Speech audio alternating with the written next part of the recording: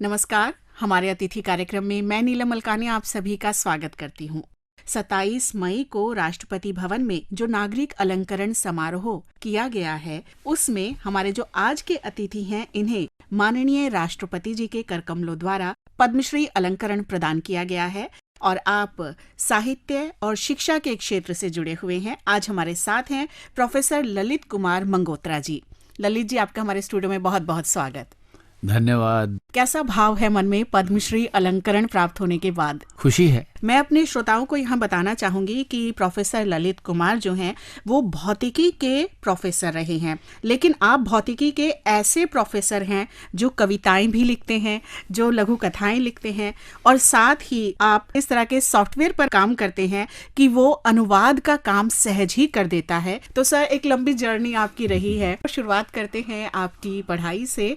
आप भारत में किस हिस्से से हैं और शुरुआती पढ़ाई कैसे हुई, किन चीजों के प्रति रुझान था? मैं जम्मू का रहने वाला हूँ। जम्मू शहर का एक बहुत पुराना फतेहजंग मोहल्ले में मेरा जन्म हुआ। 5वीं क्लास तक तो एक प्राइमरी स्कूल में रहा। उसके बाद श्री रणवीर हाई स्कूल 6ठी क्लास से लेकर 10वीं तक पढ़ा। मेरे व्यक्तित्व की रूपरेखा उन दिनों तैयार हुई जब मैं उस स्कूल में था। वहाँ की लाइब्रेरी थी। मुझे शौक था पढ़ने का, तो मैं छुट्टी के वक्त में वहाँ जाके मैगजीन पढ़ता था। बच्चों की मैगजीन भी थी, बड़ी वाली मैगजीन्स भी थी। वो पढ़ने का शौक था। किताबों की खुशबू मुझे बड़ी अच्छी लगती थी। वो किताबें देखने, किताबों को हाथ लगाना बड़ा अच्छा लगता था। तो वो एक चीज़ थी जिसने ज़रूर मेरे मन में किताबों के लिए, पढ़ाई के लिए, लिखाई के लिए दिमाग में कशिश पैदा की होगी। फिर मैं कॉलेज में चला गया, गांधी मेमोरियल कॉलेज में मैंने अपनी बीएससी की, कश्मीर में एमएससी फिजिक्स की। मैं जम्मू यूनिवर्सिटी से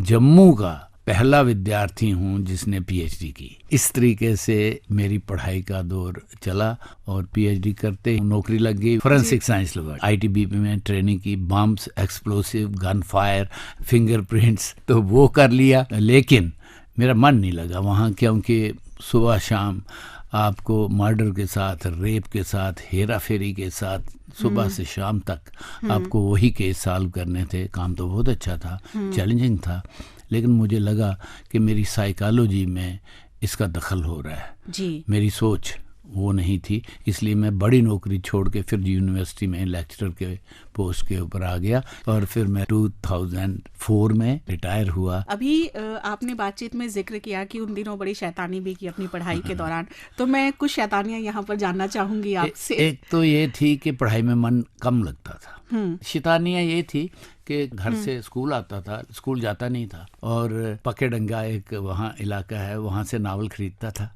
जी। उस नावल को लेकर और मूंगफली खरीद कर और रेवड़ियाँ खरीद कर सर्दियों के दिनों में किसी कमरे में बैठ के पूरे का पूरा उपन्यास खत्म करता था, और फिर शाम को जाके उपन्यास वहाँ वापस करता था। घर आके कहता था आज छुट्टी जल्दी हो गई। ये बाकी भी शरारतें थोड़ी बहुत इधर उधर की, लेकिन ये तो बड़ी अच्छे वाली शरारत गिनी जाएगी। हाँ। तो इन सब पड़ावों के बीच में ये बताइए कि लेखन के प्रति जो रुझान है वो आपको कब महसूस हुआ? मैं यूं समझता हूँ कि पता नहीं, कहीं बहुत बचपन में ये शुरू हो गया था।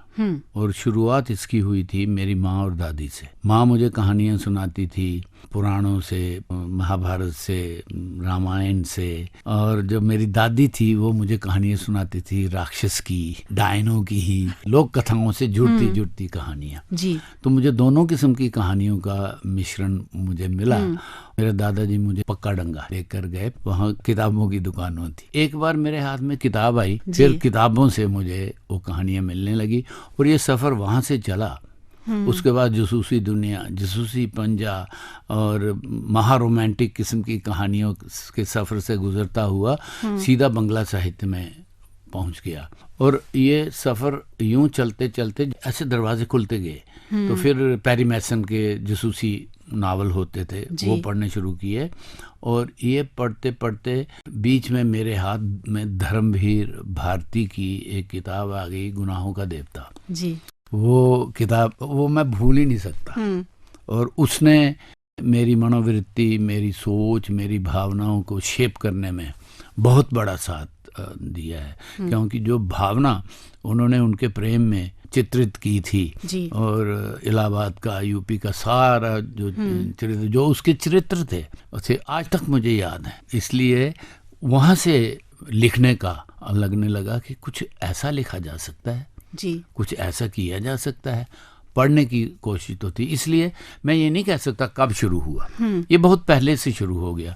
बस कॉलेज के दिनों में जैसे ही पहुंचे तो उन दिनों थोड़ा सा शौक था, कुछ लड़कियां थी, उनको इम्प्रेस करना था कि उनके लिए पोइट्री से शुरू किया। जी। तो पोइट्री, वहाँ रोमांटिक किस्म की पोइट्री की, तो भूल भी गई, और उर्दू में की, और बड़ी दिल के ऊपर चोट खाए हुए इंसान की पोइट्री होती है, वैसी करके।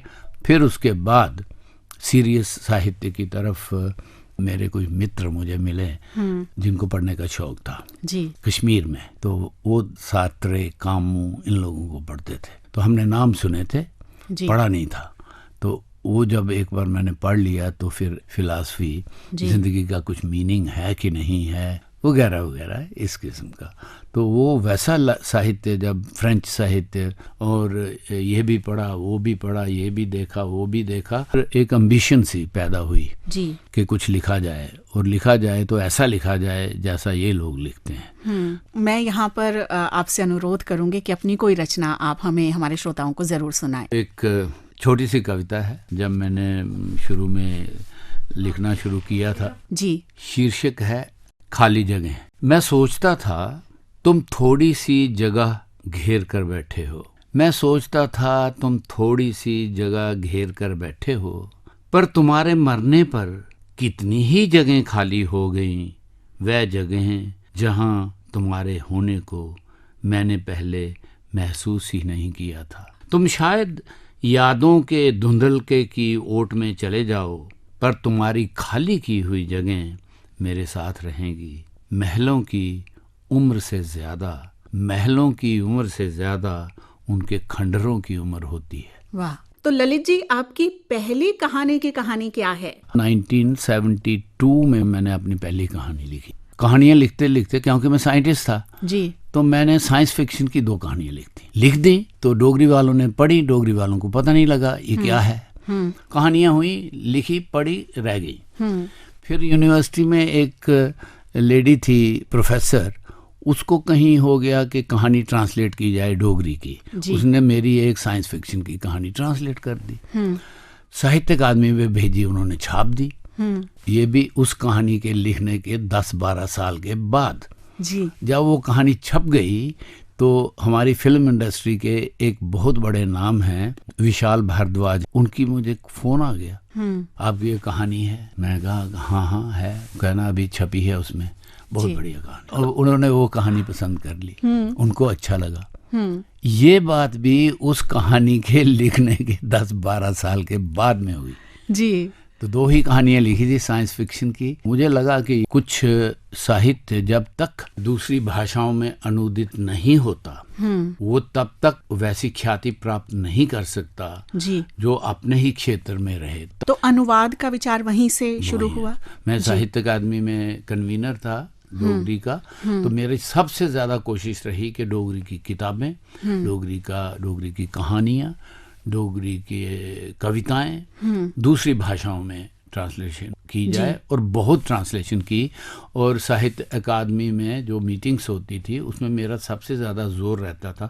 सभी भाषाओं के लोग बैठते थे, सबको यही रहता था कि हम एक दूसरे की भाषाओं में इसको ट्रांसलेट करें, और ख़ास तौर से इंग्लिश और हिंदी में करें, क्योंकि उसकी जो पहुंच है बहुत ज्यादा है।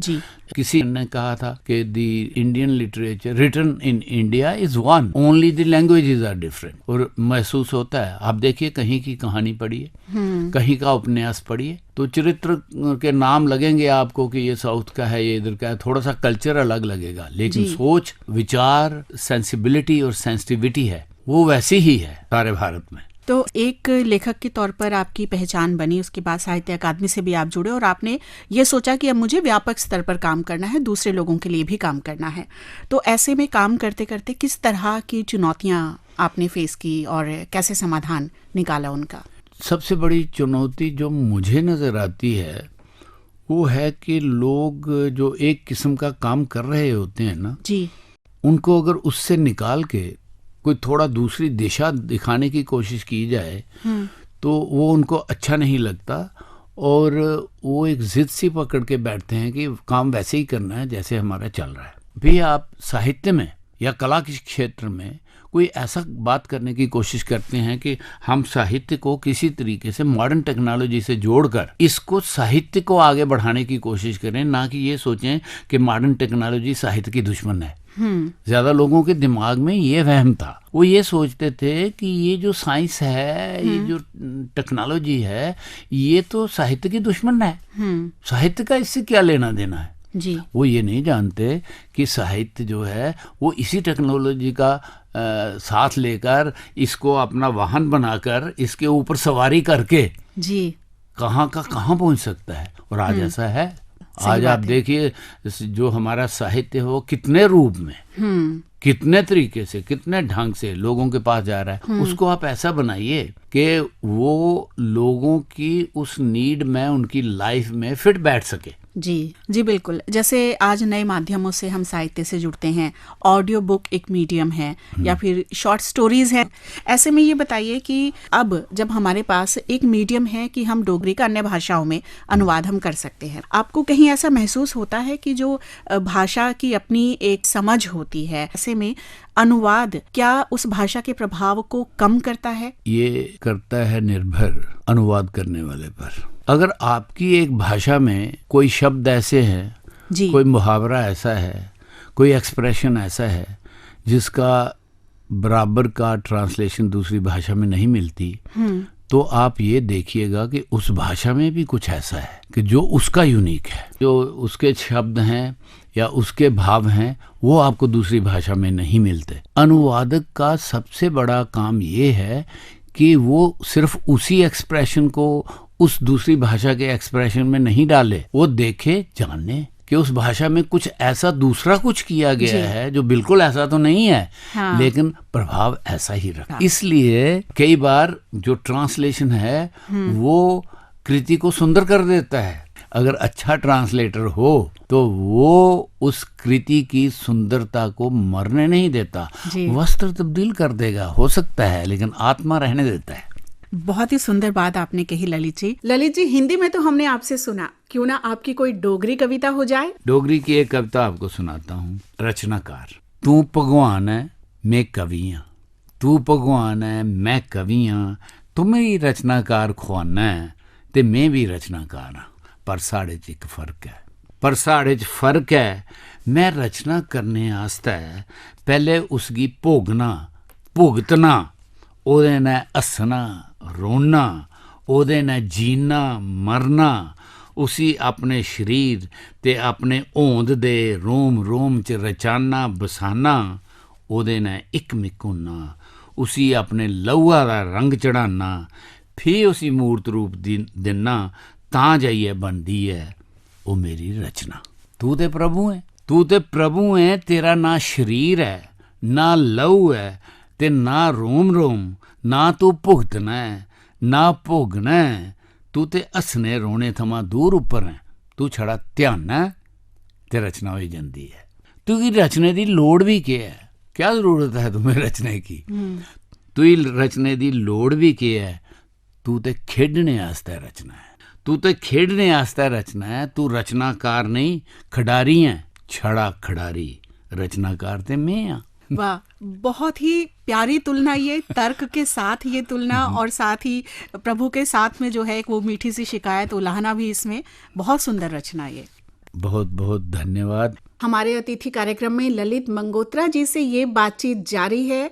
अगले अंक में सुनिएगा आप ललित जी की विदेशों में साहित्यिक यात्रा के बारे में, युवाओं के लिए महत्वपूर्ण संदेश के बारे में और साथ ही अभिनय से आपके जुड़ाव के बारे में। तो अब इस अंक से मैं नीलम मलकानिया, कार्यक्रम प्रोड्यूसर प्रभा कुमार के साथ लेती हूँ अनुमति। नमस्कार।